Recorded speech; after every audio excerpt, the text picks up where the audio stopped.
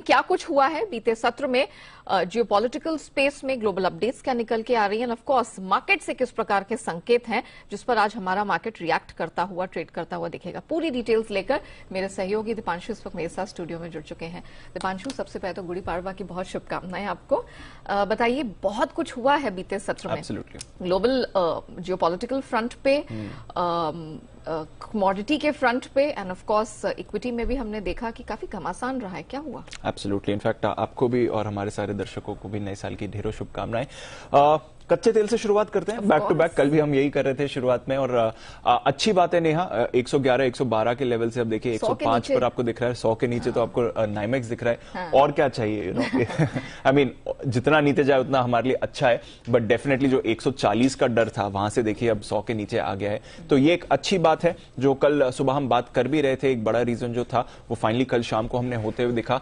America अब तक के इतिहास में सबसे बड़ा स्ट्रेटेजिक पेट्रोलियम रिजर्व से तेल का रिलीज करने वाला है। दिन के 10 लाख बैरल रिलीज किए जाएंगे अगले 6 महीनों के लिए। हमने अनुमान लगाया था कि शायद 1 महीने के लिए यह अमाउंट हो सकता है। अगले 6 महीनों के लिए 10 लाख बैरल प्रतिदिन रिलीज किया जाएगा। यानी कि जो ऑयल मार्केट में सप्लाई की चिंता है उसको खत्म करने के लिए अमेरिका ने यह कदम उठाया। इनफैक्ट गोल्डमैन सैक्स की एक रिपोर्ट भी है, वो कह रही है कि इससे मार्केट में सप्लाई तो नॉर्मलाइज हो जाएगा, हालांकि फिर भी थोड़ा डेफिसिट बने हुए रह सकता है। तो शायद दाम यहां से और उतने नहीं गिरे, बट डेफिनेटली ये एक बड़ी राहत की बात आ रही है जो अमेरिका ने यह कदम उठाया है। और इसके बाद ही हमने देखा कि लगभग 5% कल कच्चा तेल टूटा।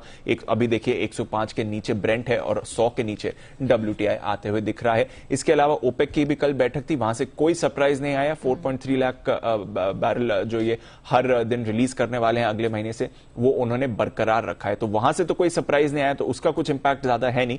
बट डेफिनेटली इंपैक्ट ये है जो कल अमेरिकी सरकार ने बड़ा कदम उठाया और वहां से हमारे लिए राहत आती हुई दिख रही है। तो नजर रखेंगे। सोने चांदी में ठीक ठाक कारोबार था, थोड़ा दबाव दिख रहा है आपको सोने में। 1940 के नीचे सोना आपको आते हुए दिखा है। सिल्वर में भी थोड़ी सपाट ही मूव्स आती हुई दिखी।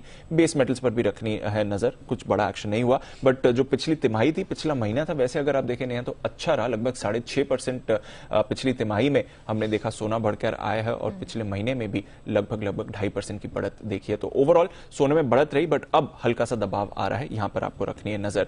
बट तेल के अलावा बाजार की अगर बात करें तो यहां पर हमने बहुत एक्शन होते हुए देखा है। लगातार दूसरे दिन कल अमेरिकी बाजार फिसले हैं और लगभग पूरा दिन बाजार में अच्छा कारोबार होते हुए देखा। बट आखिरी घंटे में जिस तरह की बिकवाली आई है वो थोड़ी चिंताजनक है। तो आखिरी घंटे में 550 अंक फिसल कर दिन के एब्सोल्यूट लोएस्ट पॉइंट पर आपने डाउ को कल बंद होते हुए देखा, और लगभग सिमिलर ही गिरावट S&P 500 और नैस्डैक में भी आती हुई दिखी है।